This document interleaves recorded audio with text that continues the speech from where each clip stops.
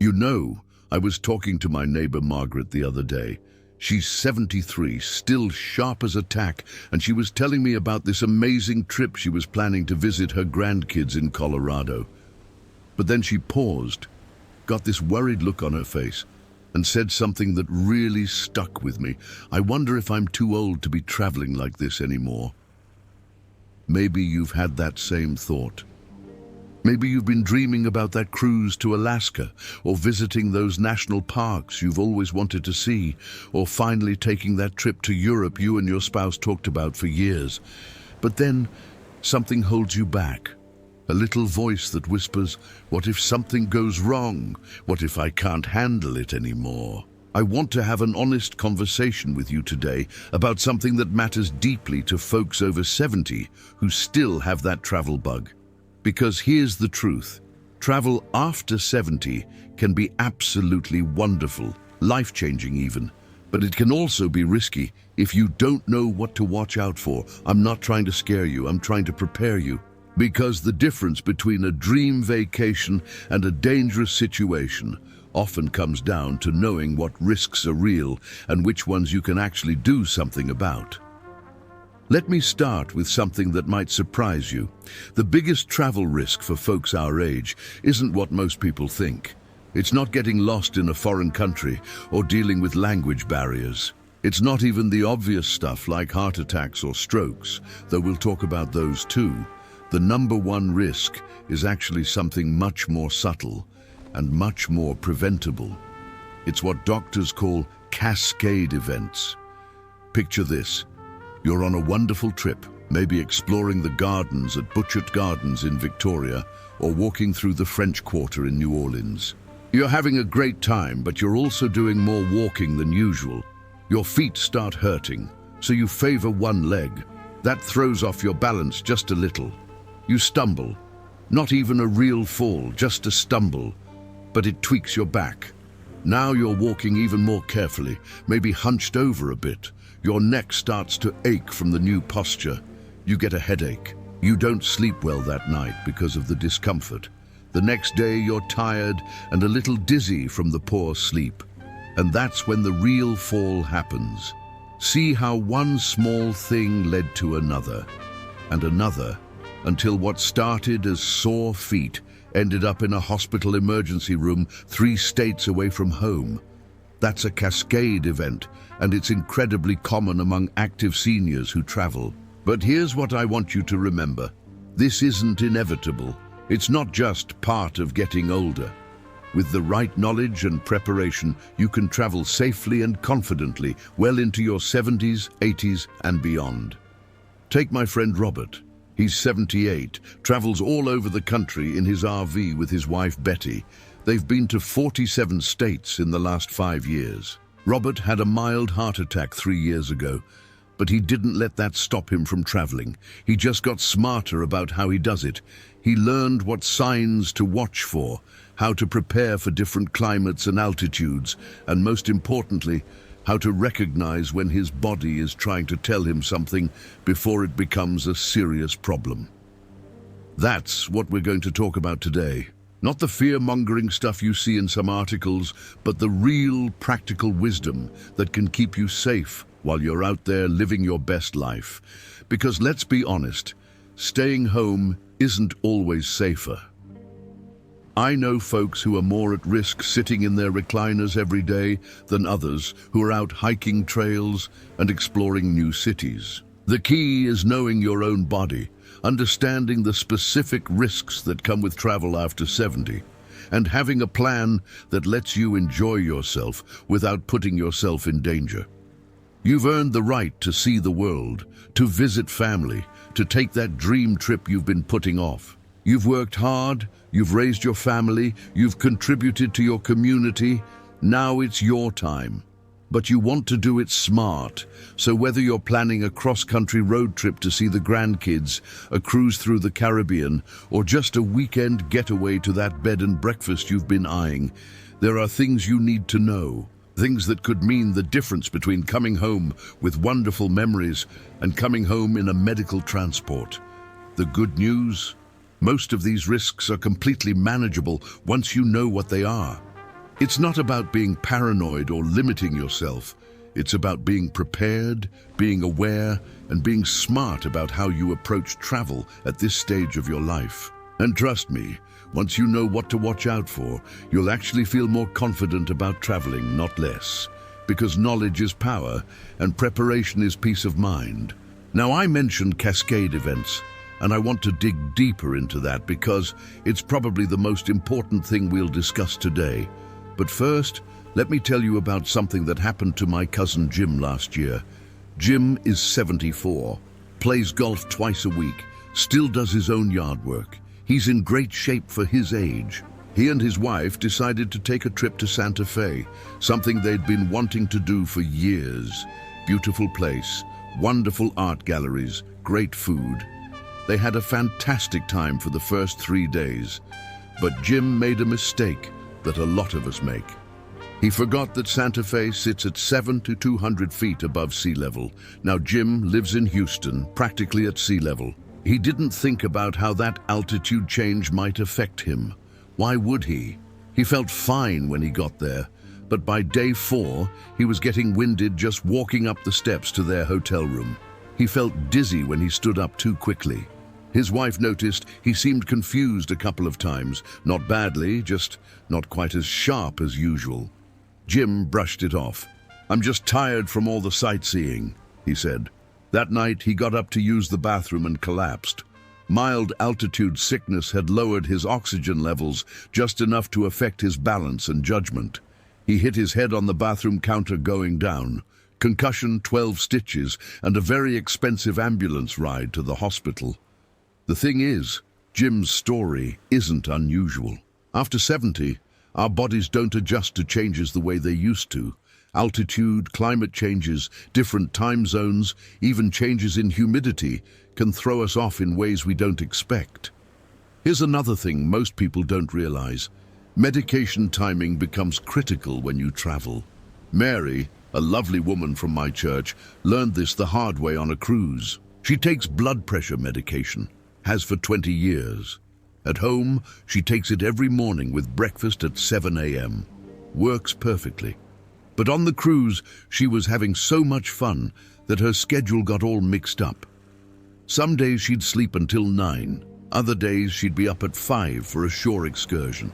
She kept taking her medication, but the timing was all over the place. By day 5, her blood pressure was swinging wildly, too high 1 hour, too low the next. She ended up spending 2 days of her vacation in the ship's medical center instead of exploring the Caribbean. The cruise doctor told her something that really opened her eyes. After 60, your body runs on a much tighter schedule than it used to. When you mess with that schedule, especially with medications, you're playing with fire. And then there's the dehydration issue. This one gets almost everyone, and it's so easy to prevent if you know about it. When we're younger, our bodies are pretty good at telling us when we need water. We get thirsty, we drink something, problem solved. But as we age, that thirst signal gets weaker, much weaker. And in the dry air in airplanes, the fact that we might be walking more than usual, maybe enjoying a glass of wine with dinner, and before you know it, you're seriously dehydrated. And dehydration after 70 isn't just uncomfortable. It's dangerous. It affects your balance, your thinking, your heart rhythm, even your digestion.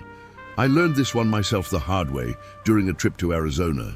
I thought I was drinking plenty of water, but the desert air was pulling moisture out of me faster than I realized.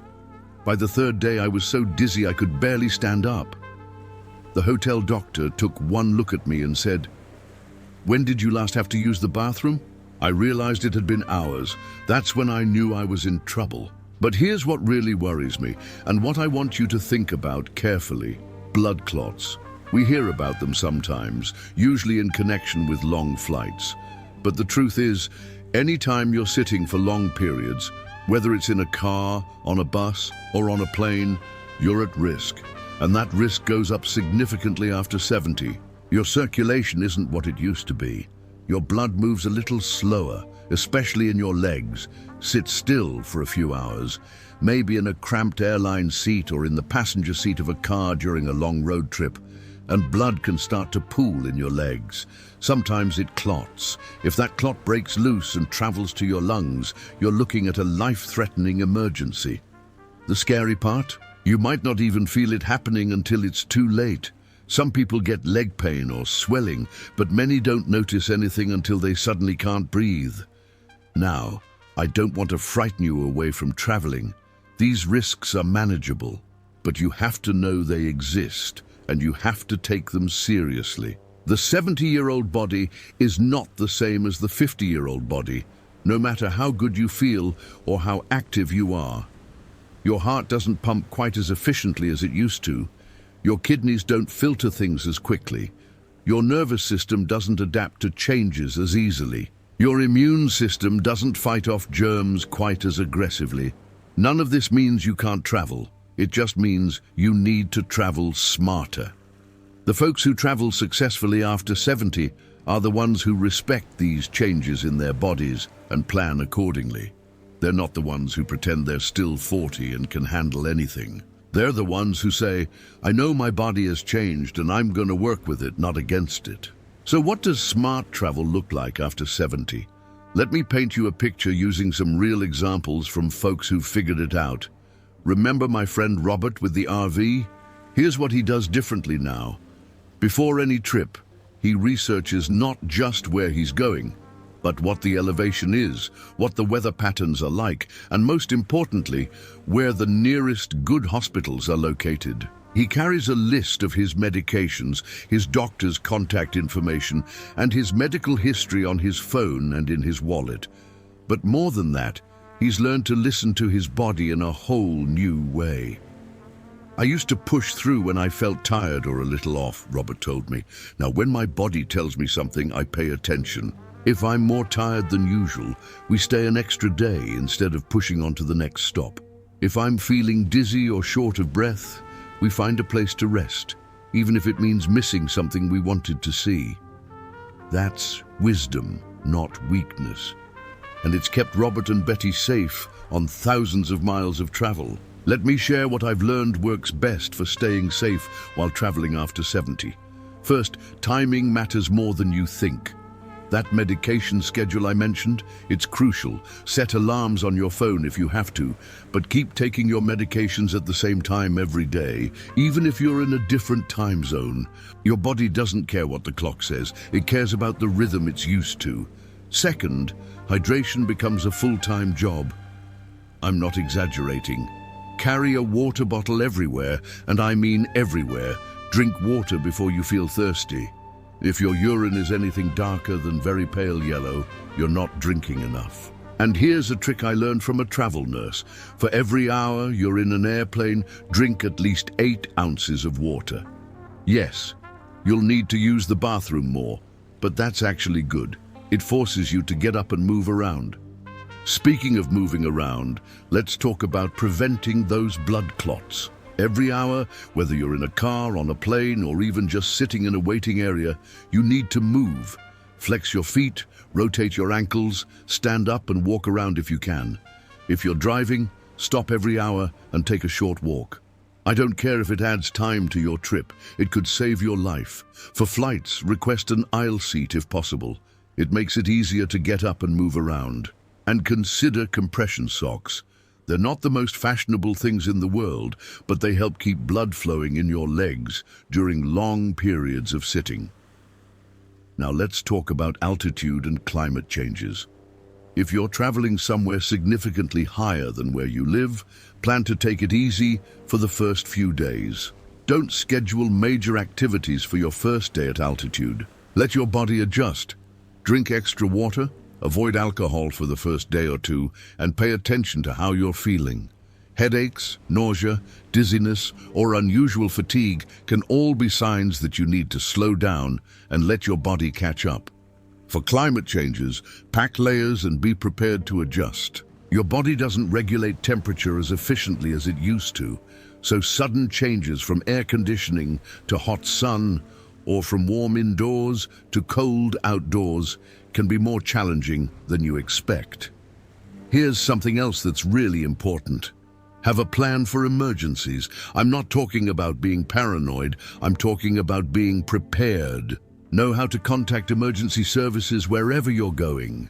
If you're traveling internationally, know how to call for help in that country.